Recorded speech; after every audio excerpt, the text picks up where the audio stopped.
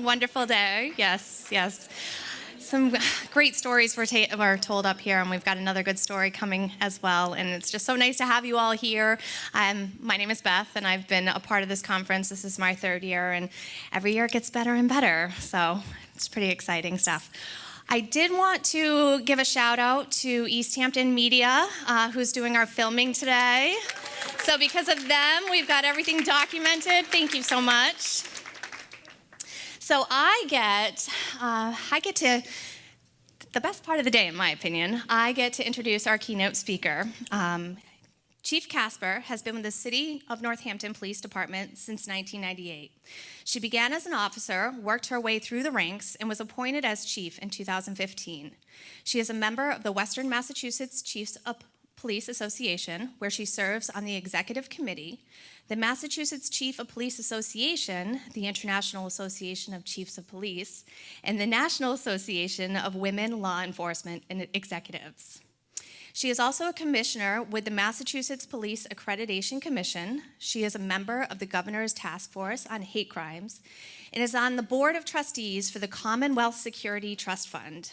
Within the Valley, she is a member of the Transportation and Parking Commission, the Executive Board of the Hampshire Heroin Opioid Prevention Education, HOPE, Coalition, and Greenfield Community College Criminal Justice Advisory Board, and the Executive Board for the Municipal Police Institute. It's a lot of stuff. It's pretty impressive. She earned her master's degree in criminal justice in 2001 and a second master's in public administration in 2006. Chief Kasper also enjoys teaching and has taught at Elms College. I know there's some Elms out here. There you go.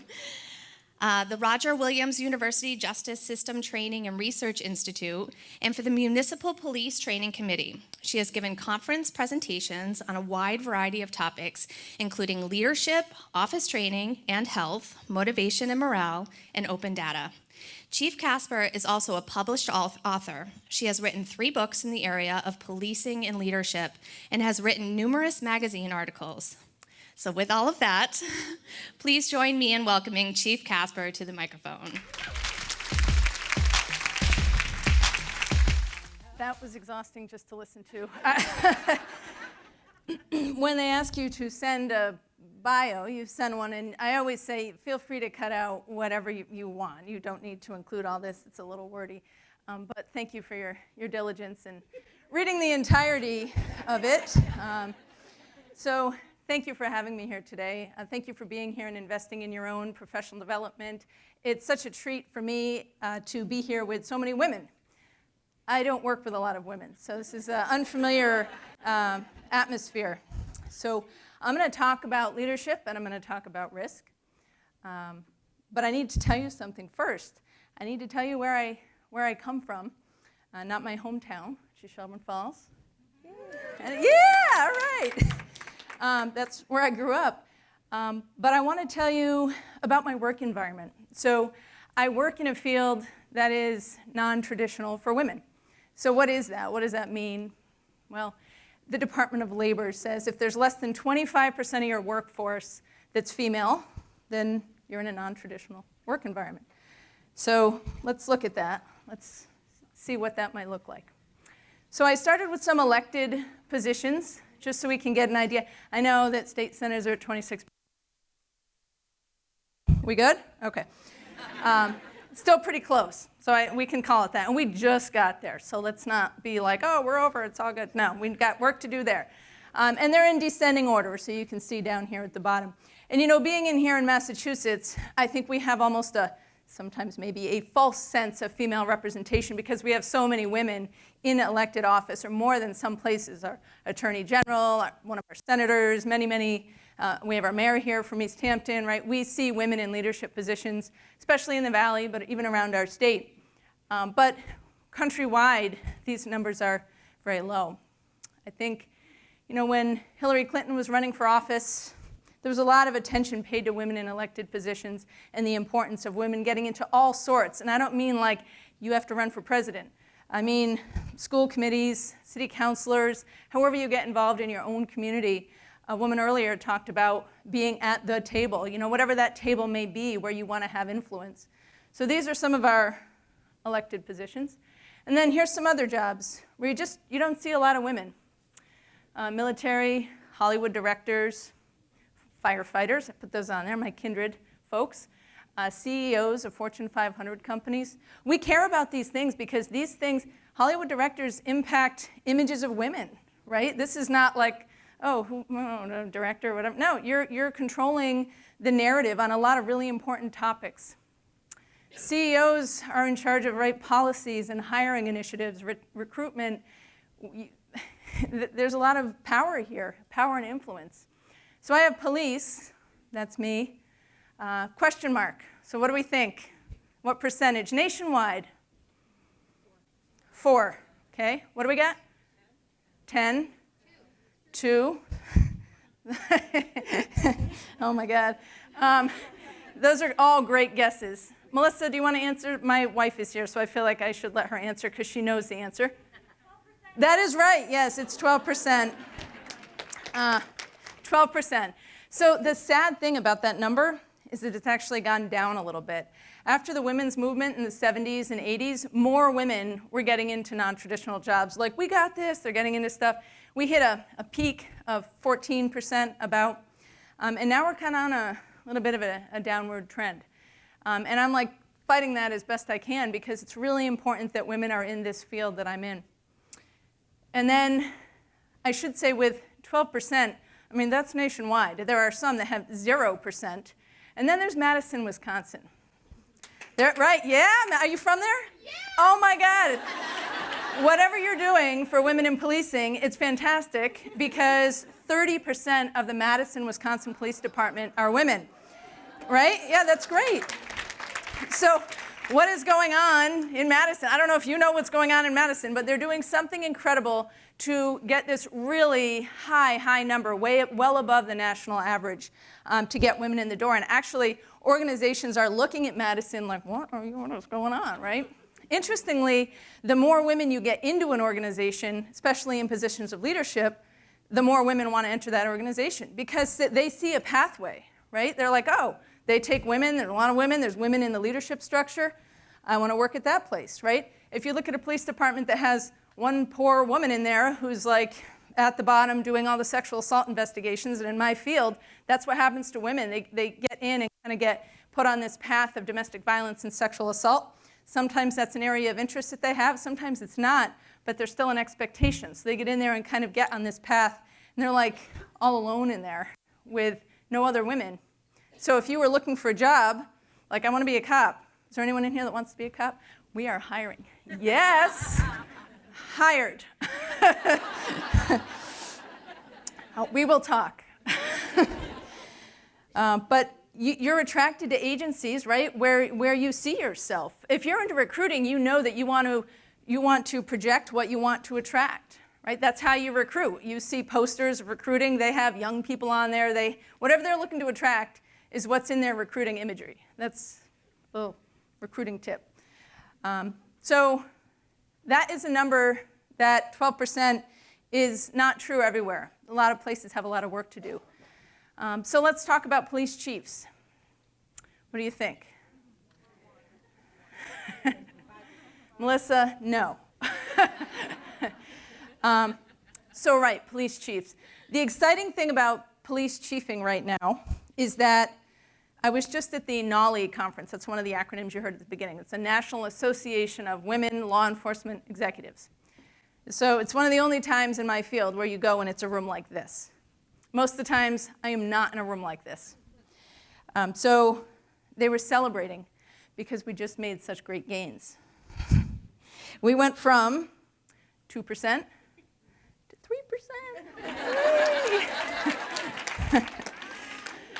So 3% of police chiefs across our country are women, which it's fine, it's good, love the gains, would love to see more women in leadership.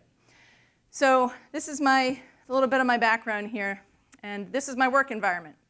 Is this how it is when you go to work? It's like just like this, right? This is what it's going to be for you. What's your first name? Jessica. All right, it's going to be great, all right? So this is the graduating Mass State Police class, and I want you to know that I work with people that I adore, and I'm thrilled to be able to work with them. They're incredibly dedicated to their communities. But there's still something to be said for just feeling like you have people out there that, it's hard to work in an environment with 100 men and being the only female or something, right? There's just challenges with that. So the Mass State Police, the colonel of the state police, Carrie Gilpin, is female. Mass State Police number is right around 4%. So even here in Massachusetts, still really low representation. So it really depends on the agency. So for me, I do have an outfit similar to that, so I can blend a little bit. But mostly, this is how I am at work. And when I started my career, I didn't always feel like this, because when I was entry level, there were a few more women, and if I had a question, it was okay for me to ask. I didn't look like weak or like I didn't know what I was doing if I asked a question. But as you move up the ranks, there's additional expectations and less peers around you that you feel like you can ask questions to and not have people think that you don't know what you're talking about. So I attend the Western Mass Chiefs meetings. I'm part of that group, great group of leaders. When I go to that meeting, usually the only female there. So I sit at a table with about 40 chiefs, and I'm like doing my thing. We did just hire in South Hadley, Jen Gunderson, so. And the chief of Williamsburg is also a female around here, but she's busy policing and isn't always at the meeting. So it's lonely, honestly. Springfield, Cheryl Claprod just was named commissioner on Friday. She had been in an acting position, now named. So, right, so totally a ton of us out of the 350 chiefs. And you know what's funny, when we go to chiefs meetings, it's a room like this, but I just went to one a few weeks ago. It was the annual, we all have to go, all the chiefs have to go. 351 chiefs. And, there's like 7 or 8 of us. We don't want to sit together because we don't want to be like, they're going to think all the women are getting together, but we're like, And the bathrooms are luxuriously empty, and we hang out in there sometimes. We're like, so how you doing? But we don't want to be seen talking together a lot of the other time. So the thing about being this little dude here in the rookery, little rookery of penguins, is that when you first step into that, it's pretty exciting. And people are paying attention to you, right? There's some newspaper folks here, the Gazette. Where's the Gazette? No. Gazette's here? All right. So Gazette folks, I can't see you, but I'm sure you're there. They came to interview me, and we're like, oh, you're chief, first female, right? It was a big deal. Everyone was all excited. And I spoke with NEPR and all this stuff. I said, oh, female chief, yep. But I got to tell you, time passes, and then you're just like, you're just in there. People are not paying attention as much anymore, and now they're just watching to see how you work. And if I do anything a little odd, say I'll use a penguin analogy for you. Say I'm like waddling along, and I like trip a little, and they're like, oh my God, all the black and white penguins, they're unsteady on their feet. I don't think we should have any more of them in here. They're unpredictable. I don't want them anywhere near me. If I'm like, I don't know that much about penguins, but there weren't a lot of these kind of pictures. So if I'm like standing over my little egg and my little egg rolls out, and I'm like, right? Those penguins cannot keep their eggs warm. And that's the thing about being the first of something. And there's a researcher whose name I can't remember, so I'm not going to tell you, who wrote about this phenomenon of being the first of something, the first one to enter into a field where you're different. And the first time, what she writes about is you're not completely legitimate. People are seeing you for, in my case, just my gender. So things I do are like, well, all women chiefs do that. Because 100% of the ones that I know have done that. So even the second one or third, it's not until the 4th or 5th gets in when they're like, all right, that's how many it takes for a woman to be in a position, a leadership position. The first takes 4 or 5 to actually have someone start to look at how the person is performing beyond their gender. People look at how I perform, but they affiliate my performance a lot with my gender. So it's a little uncomfortable, right? It is. I'll talk more about that. So let's see what I have next. Oh, good. So I love it when that happens. It doesn't always happen. So I'm going to tell you some lessons that I've learned in my position. And even though I come from kind of a wacky and weird world of non-traditional jobs for women, it's completely applicable, I hope. We'll see what you think, to all the things that we've talked about today. And I love it when I'm at an event like this and then I hear people talking in the morning and I'm like, yes, that's exactly what I'm going to say later. That's very good. Because we're going to hit some of those, right? When I think of risk being uncomfortable, when we're talking about risk, in many cases, we're just talking about change, right? It's a change. You have some option to do something. There's something out there. You don't know what's behind the door, right? But it's a change, and you have to make a decision of whether you're just going to like stay where you are and be like, you know what, I'm comfortable. I'm not going to take this step through there. I'm a little uncertain about what's on the other side, and I'm fine doing what I'm doing. And we heard a term for that this morning. What was it? Stagnant success, right? You're like, I'm good. And this is what risk looks like for many. Like you just don't know. And I've said this before, is you can't control when the door opens for you, the door of opportunity. You can only control whether you choose to walk through it. And walking through it is actually really not that bad. I can assure you, most of the time. I don't think it's that bad. So your comfort zone is that we talked about, that stagnant success. We can stay doing what we're doing. Most of you didn't know me when I was the captain of operations. You don't even know you're like, what is that, right? That's the second in command. I was the second in command. None of you knew me. I was under the radar doing my thing. I wasn't particularly a public figure. I had influence in my organization. I liked what I was doing, but I was comfortable. I wasn't all being interviewed and ripped apart on social media. Yeah, that's some real stuff though, right? Social media is a cruel, we'll get to that. And that opportunity happened. I was myself and the other captain, two of us, chief brought us in. He said, I want you two to know it's time. Russ Sinkowitz was the former chief. He said, I'm retiring. And I remember thinking like, right? Because whatever happens, change is a-coming. So and here's one of the major factors that went into my decision.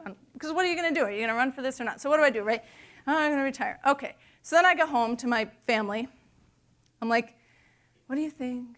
Should I do this? Seems like, And let me just tell you, my family's like, I mean, we can talk this out, but we know what you're going to do. I'm like, let's talk it out. So we talk it out.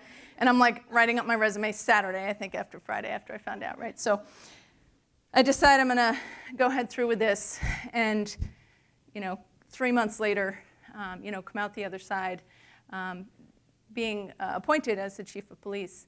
And it's funny because this slide implies that that's the magic. And I'm like, I don't know if it's the magic, all right? It's good, it's hard work, I don't know, magic, but it's important. It's important to me, and it's important to my field. For me to be in this position, it's important to me to be in this position.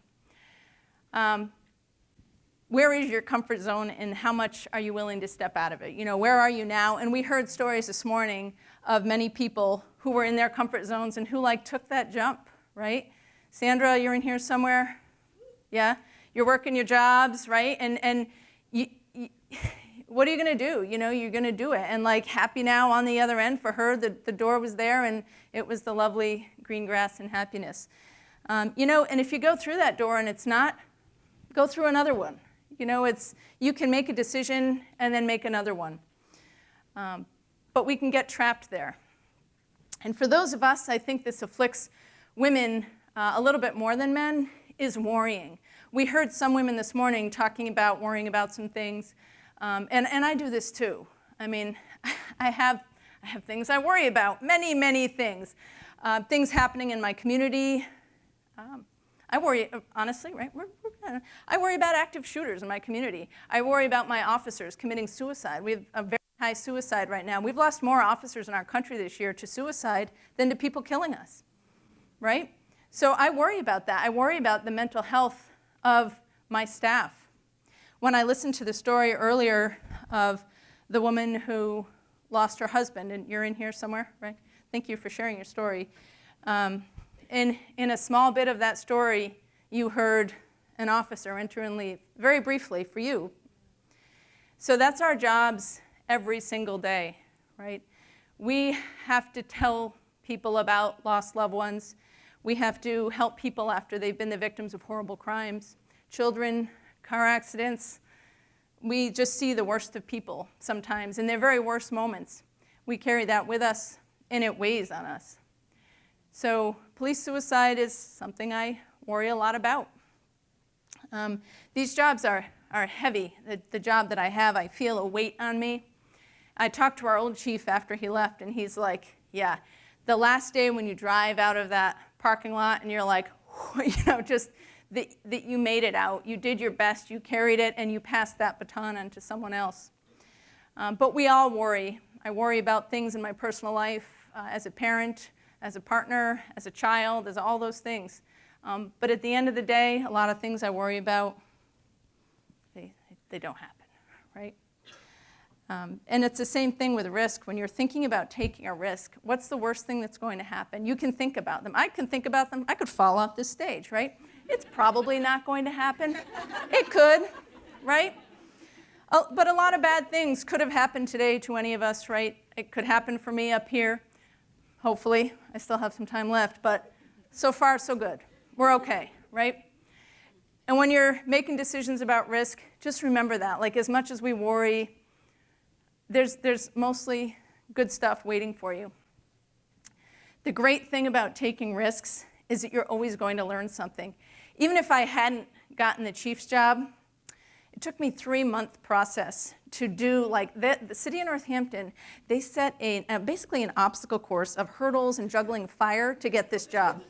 So, I mean, I was writing essays, I was, like, doing meet and greets, I interviewed once, interviewed again, interviewed here. I'm like, I don't know, like, this is all I've got to give, 3 months later, it worked out.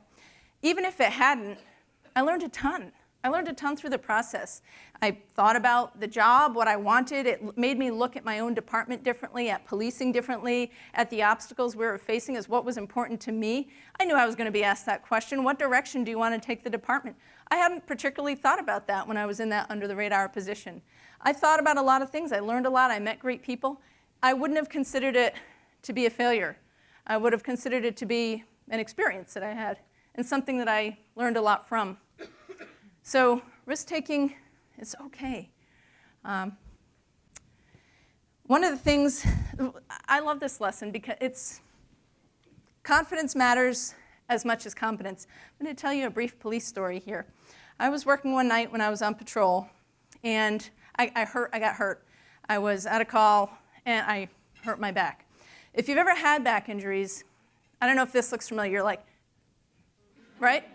Is this, yeah. If you haven't had back, bless you if you haven't, but if you have, like, it's tough stuff. So I've got my 22-pound duty belt on, I get hurt, I'm like driving back to the station, right? I'm like, sanctuary, trying to get back. So I'm driving, some other officers get into some situation, and there's like a foot pursuit downtown, right? And they're like, he's running here. And I'm like, wouldn't you know, there the guy is. And I'm like, oh my God, right? So, right.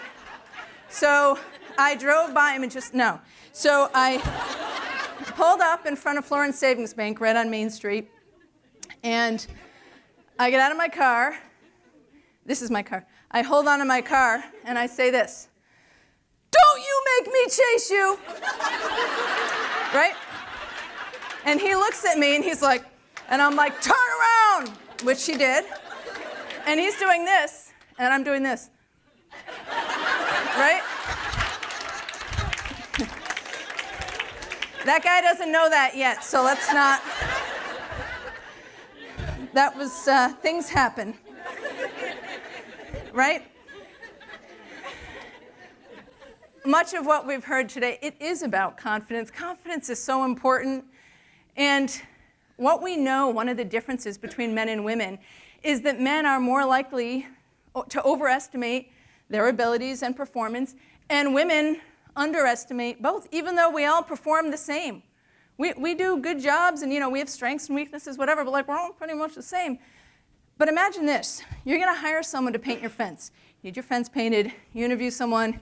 Hey, are you a good fence painter? And they're like, I am the best fence painter you will ever find. I'm going to come in. I'm going to do this. I'm going to paint it. It's going to be quick. No drips. Great. You're like, all right. You interview the second person. Like, well, I'm pretty good. Painted a few fences. Who are you going to hire? I mean, really? They're going to paint a fence, but you're going to hire the person that tells you they're great. I see this play out in interviews all the time. We interview candidates, and they're like, yeah, I think I want to, I'm like, we're hired. This is your time. This is your time. Sell yourself. You tell them you're going to paint the fence. We'll figure out later. If you have trouble painting the fence, we'll help you out later. But at the end of the day, are you getting this?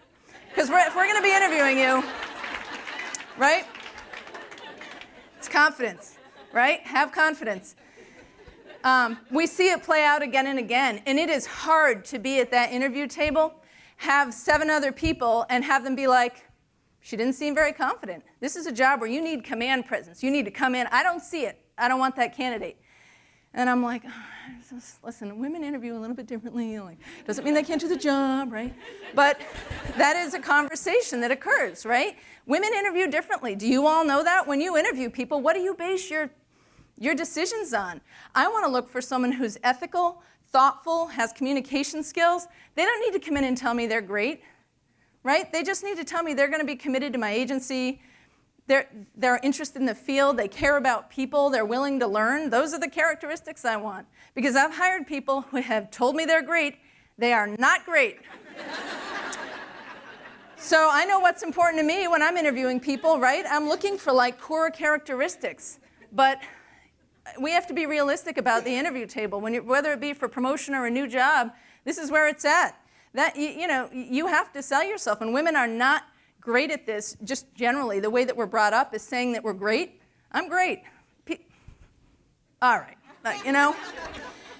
So I don't know if you ever heard of this woman, and I don't want to say her name because I don't want to mispronounce it, but she has a great TED Talk. She talks about the bravery deficit.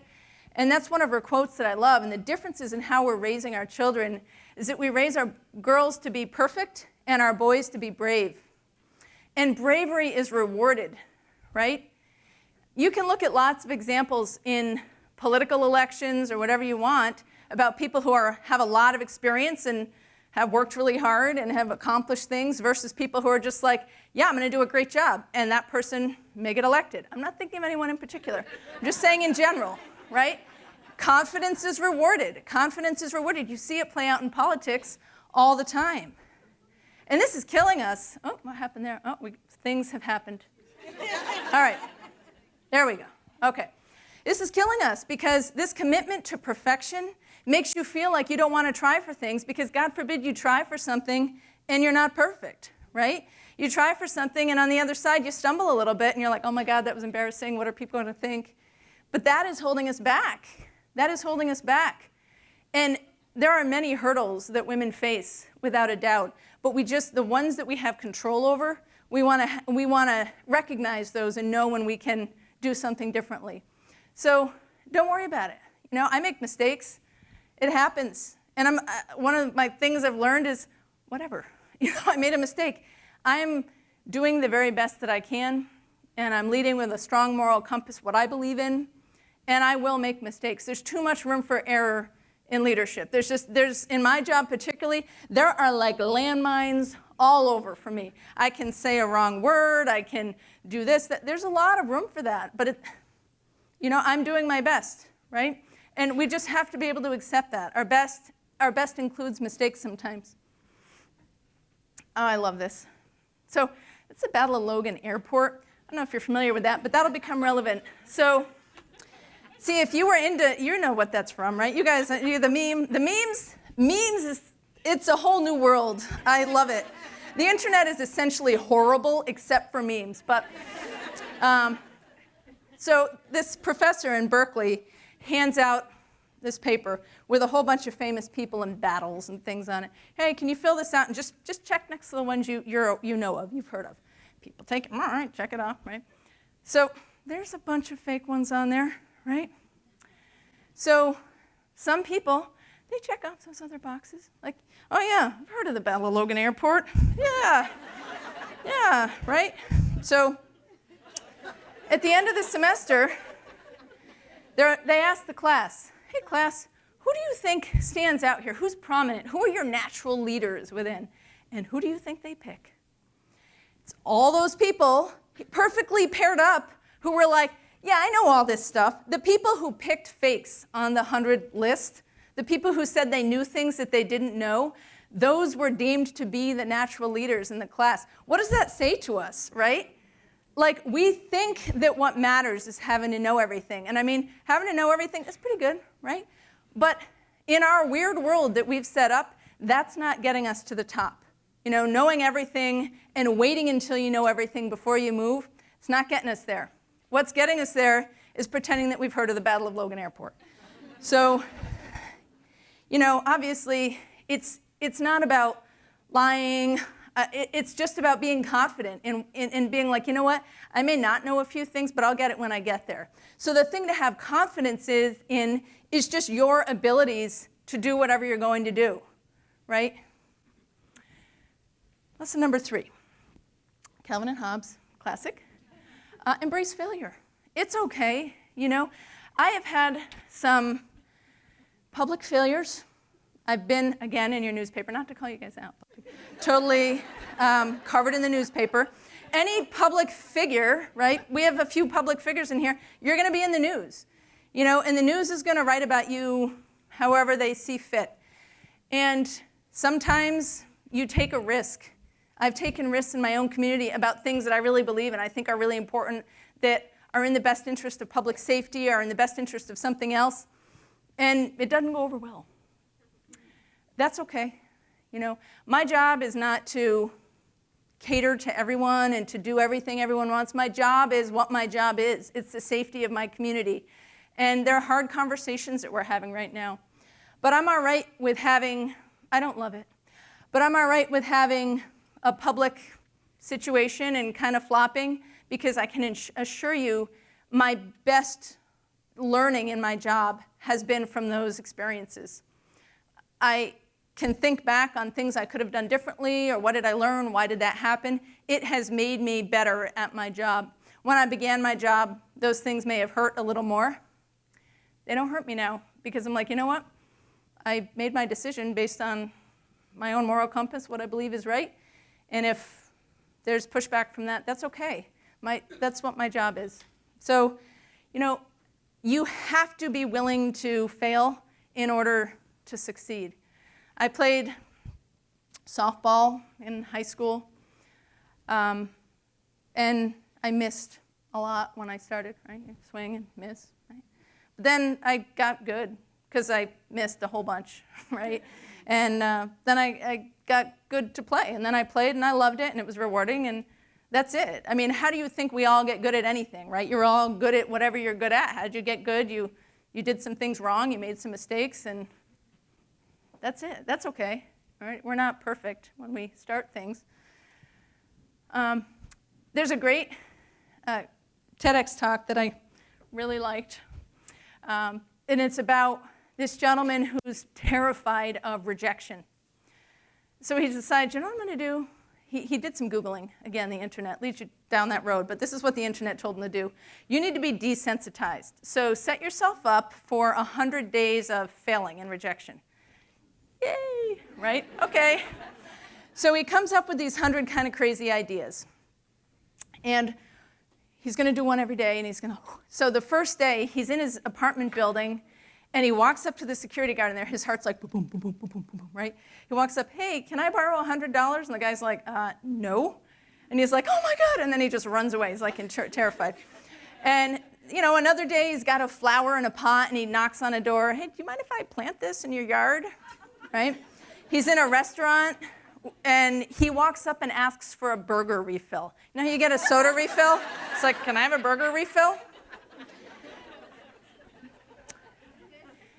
Okay, he got rejected some. I'm going to tell you two things that are incredible. By the time he got through the 100 times, it was easier, of course, right? You do something every day, it was easier. But here's the part that's even better. I mean, the moral of his story is it got easier. The moral of my story is a good percentage of the time, people said yes. He asked a college professor, he walked in and said, hey, do you mind if I do the lecture today? Sure. And he did a lecture, right? And a good percentage of some other folks opened the door. They didn't say no. They're like, well, I'll tell you what. You can't plant that flower in my yard, but my neighbor's a gardener.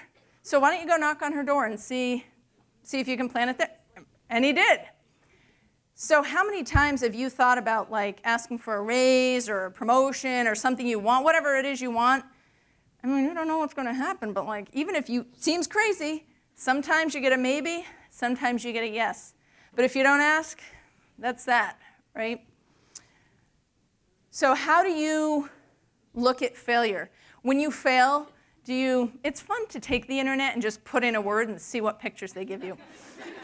So I'm like burying their head in the sand, failing and hiding. I'm like, so I think that's a fox in a tree. Do you hide when you fail? Do you feel shame? Are you like, oh my God, I can't believe everyone just saw me do this thing and then I failed? Or are you like, you know what? I learned a lot. Now I have new knowledge and I may try the same thing again or something different, a new thing I want to try, but I'll use the knowledge I got. How do you frame it? You may end up, maybe you want to quit your job and go do some other job, and that does not work out. But you're like, you know what? I can turn again because we can do that. So how do you think about failure? When you bump into something and you feel like you didn't do well, you didn't get what you wanted, there's a different way to think about that. Again, thank you, Internet. I typed in the word nudge. It's adorable. So nudge and be nudged. And I told you earlier that I heard panelists this morning talking about their own nudge. Where's the woman the technical recruiter? Yes, you were nudged, right? Female boss came to you and said, I want you to be a technical recruiter. Like, all right. So there you were. You weren't, maybe, I'm going to put words in your mouth. You correct me. I never thought about being a technical. I'm going to stay in my lane and do my own thing. That's not for me. It's all men, whatever. I obviously can't do that, right? And then you get that little nudge, right? And we heard other nudge stories. Actually, I think they were talking to the mayor, and the mayor was nudged by, you were nudged by a brother, sister, somebody nudged you to be mayor? Oh, yeah, my friend Jackie. Friend Jackie. Jackie nudged the mayor. Now she's mayor, right? It's easy as that. Yeah, yeah. So I would guess, are there other people in here? I'm not going to make you tell your nudge stories. We've only got so much time in the day. Have you ever been nudged to do something that you weren't thinking of doing? Like, I totally have. That's all I'm saying. So you've been nudged. Have you ever done the nudging? Yeah. Absolutely. It's actually easy to do the nudging. You're like, you should do that, right? You should run for mayor. That's a great job for you. Yes. You can be either one of these. Like it's equally important to be the nudger as it is to respond to a nudge, right? Our friends need our support. I'm going to tell you about two things. I work to recruit people into policing. I mean, this is what I'm doing. A report just came out like 2 weeks ago. Interest in the policing field has gone down 67% because police are not that popular right now, and there's like the job market is strong. People don't want to work shift work. There's a lot of things, right, going on. It's really complex, and like we want to make it better, but we need people to come into the field, to work on the field, to be a part of the field. But there's not less and less interest in the job. For years, I've been working on recruiting in this field, and here's what happens. Here I am at my little career fair, and I'm doing my table. People are coming to the table. Who's coming to the table? Men are coming to the table. I've wanted to be a cop since I was 5. I'm like, oh, that's great. You be a cop. We'll take you, right? I want to be a cop since I was on. My uncle was a cop. My brother was a cop. My father was a cop. There was cops everywhere, right? And the women are like, right? And you know what I have to do? Hey, hey, what are you doing, right? What do you want to be? I can tell you that when I was a child, I don't know what I wanted to be. My mom's here too, super sweet, right? I don't know that I ever wanted to be anything, Mom. Oh, that's nice. I know, I'll talk about that in the end because it's all about the peeps, right? The people that come to support you, but I don't know if I ever wanted to be anything, right? I didn't know. It wasn't until I was like 19 or 20 that I thought about policing. Do you know why that is? I don't know, no role model, no nudging, no nothing, right? Because there were no women cops in my community. I had never laid eyes on a female police officer, right? Young men, I mean, the men on my department, I talked to them, many have wanted to be cops since they were kids, and that's great. I've asked the women on my department, when did you start thinking about being a cop?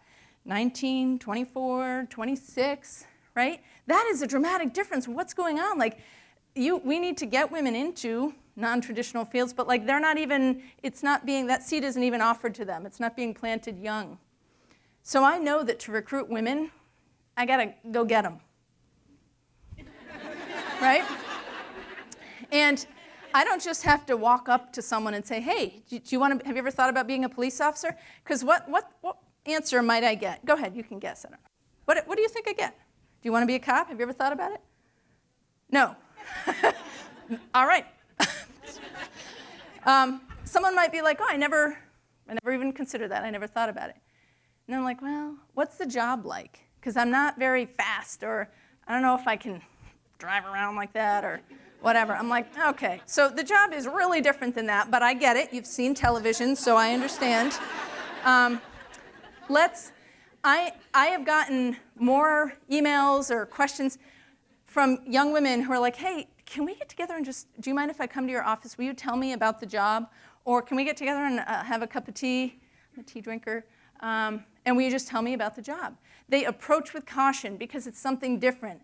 So it takes me a lot longer, and I get it, to sit down with a young woman and say, sure, like let's talk about it. And we talk the whole thing out. And it's the same thing for leadership, right? Trying to get a woman to take a promotion in a job. Women on my department, for 20 years, I've been like, hey, you should put in for that. Hey, you should put in for that. Hey, you should take the promotional test. You should do that. You could do that. You can do that. And that's the way it is. Like, we respond to nudges.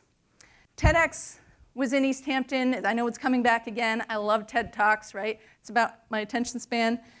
So I love TEDx. I've always wanted to give a TED Talk. Stand on that little spot. As you can see, that would be hard for me. I would need like a little path of spots.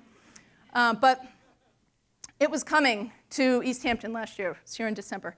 And I saw it advertised. It was on social media. And I was like, God, I really should put in for that. It'd be awesome. And I took a trip somewhere. I was flying somewhere, and I was thinking on the plane, what would I talk about? What would it be? And I got back. The deadline was looming. I didn't put in for it.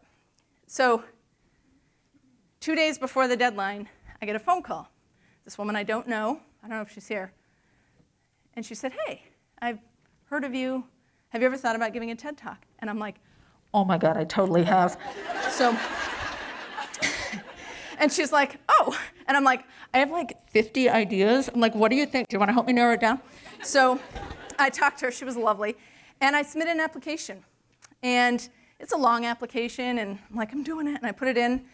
And it got picked. It's pretty exciting, right? I know, kind of fun. Right, thank you. So I knew about it. I wanted to do it. I teach this stuff, and I still didn't put in for it. I didn't, right? Till that lovely woman called me. That's all it took. I am very easily swayed. Don't come near me and ask me for anything, right? But hence me being here today, right? One call, hey, would you do that? Sure, right? Yeah. My defenses are low. So that's what it took for me, and like, I know this stuff, I talk about it quite a bit, but like, how can we be that for others, and how can we respond to it when it happens? You have to recognize when it's happening to you. You're like, right? Was that a nudge? Should I do that, right? What opportunity am I missing up on? What am I being pushed toward? And is it something I might be interested in? Someone mentioned before, like, you don't really know until you could try it. Maybe it's something you're good at or that you would find interest in. But just because you're doing it doesn't mean you then can't later not do it, right? Just make your decisions. But the nudges are critically important. lesson number 5. So awesome women support other women. That's it, man. Like, right? We're all here. We're talking about the nudging. We're talking about like all this. You have to support each other. And what does support look like? Yes, support is definitely telling people they're great and you should do this. That's support. Support is also, God bless all the 5Ks. It's going to a 5K, right? For an organization that you like, but I got to be honest with you, sometimes I'm there just for the person who's running it, the program manager or the executive director, who is a female, who is a friend, who I want to see succeed. And I know that her success is partially based on how many people show up. I don't like running 5Ks, all right? Fairs and money or raffles or exhibits or talks, whatever I can do, it's not all money. Sometimes it's money. It's great to give money to candidates or people that may need it. But also it's just being there. It's just showing up. It's nice, right? And I'm here today. I know some of you women that I've worked with in different capacities or been in organizations with or whatever else. But I got to say, here I am today, and I have 2 people here from my own family who are here to support me. And I'd like to think that, I don't know, there's other people who are here that know me. I'm going to assume that you're here just to support me. That's what I'll say. Because how nice is it to look out into an audience or come to an event like this and see familiar faces, right? And this is how we support each other. So I accept your support. And some of the other folks that are here, this is where it's at. Critical, important part of being an engaged female leader. And if you're not in a leadership, just like supporting your peers. And it's not a competition for a set number of pieces of pie. There is enough to go around. When I see other women succeeding in the field, that is great. More, right? I'm not threatened by that, and we can't be. When we see women rising, we should only feel great about that and know that our jobs are hopefully going to be a little bit easier because there'll be more of us at the table, more of us in the workplace, more of us having impact on policy and decision making. So I love seeing other women succeed. And women chiefs is great. Women in leadership positions in politics, in businesses. She told me she was leaving early. Good to see you. Yeah, just calling attention. Yeah, no, it's fine. She has an appointment, so she's good. Bye. So just if you're thinking of getting up. No one else has told me they have an appointment. So when other women succeed, we are all succeeding. There's so much work to be done in this area. And I mentioned this earlier because it seems obvious, but I don't think I actually thought about it until I got into my position. But when you're in an organization and there's hierarchy, the easy decisions are often made in entry level or first lines supervision, and the really hard decisions rise to the top. And if you're in a leadership position, then you have to make those decisions. The interesting thing that I learned about decisions, I think I used to kind of think there was always a right and a wrong, like there was the correct choice and then the wrong choice.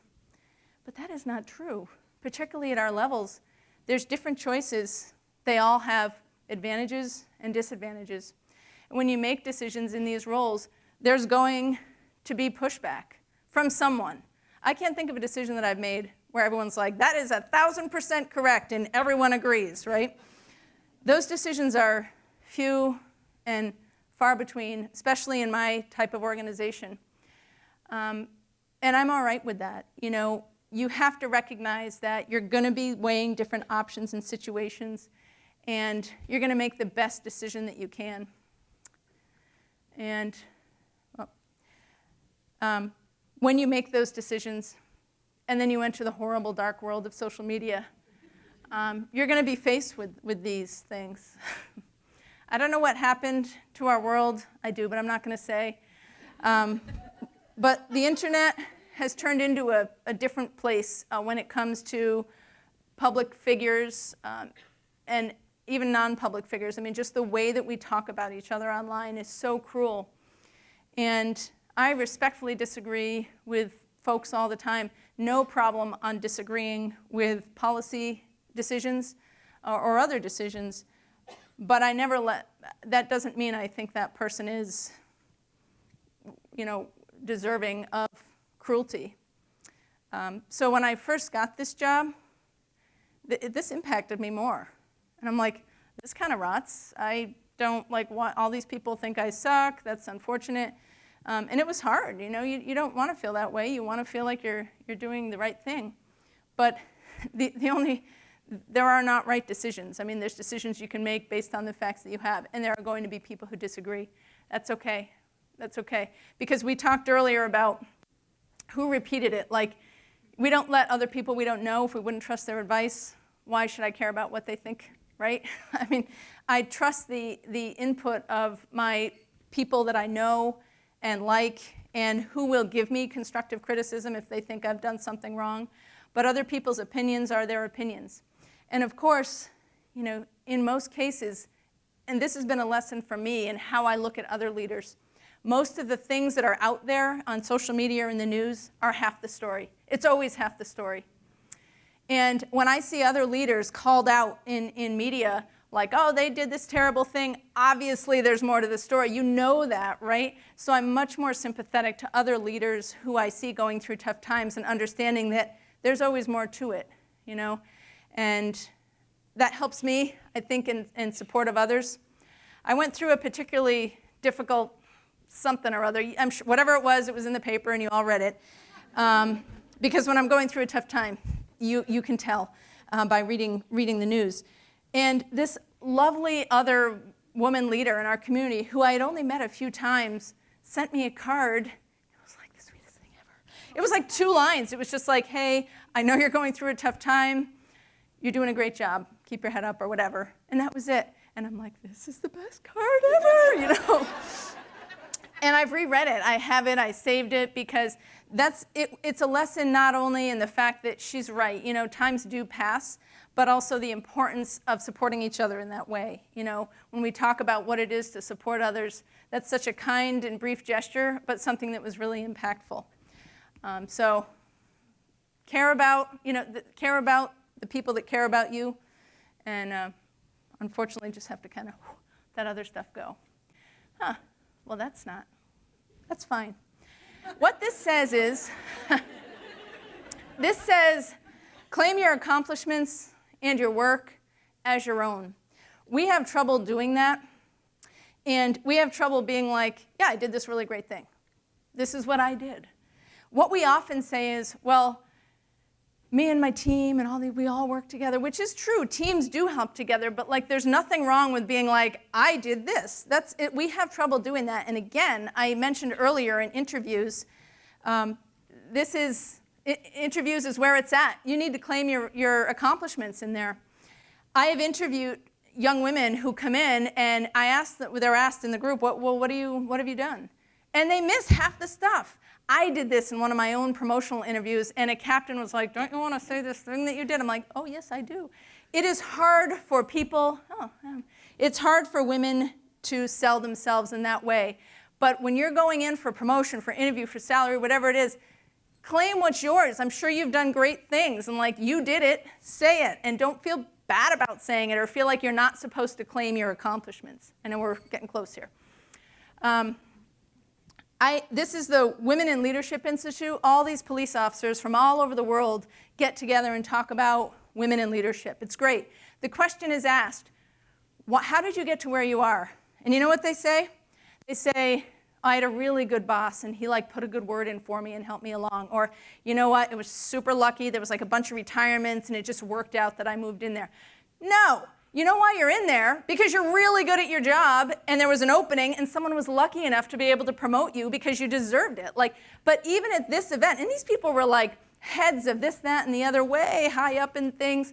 And even at this thing, we had trouble claiming our own awesomeness. And there's nothing wrong with being I worked really hard, and I'm pretty good, and so I earned the position. Oh, things have happened. All right. I'll stop there. I have one more thing I want to say before I get off the stage because I don't need any more of that. Thank you.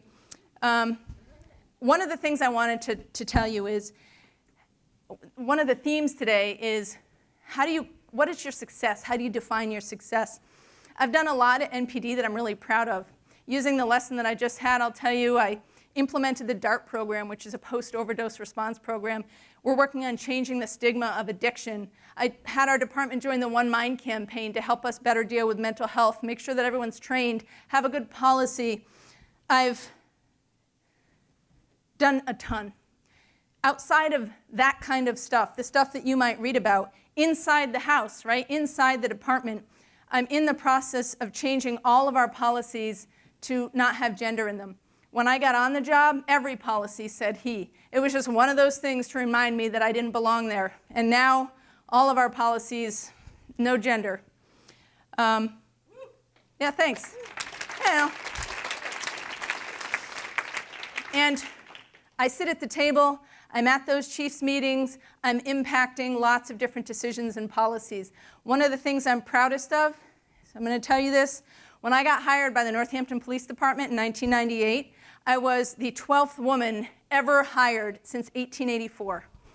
So I was big number 12. A few years after on the job, I looked around and I'm like, what is going on here?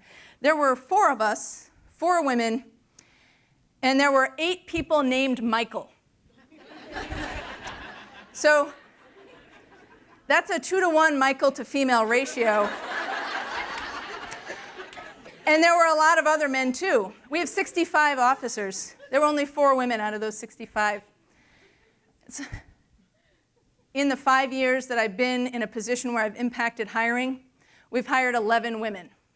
So,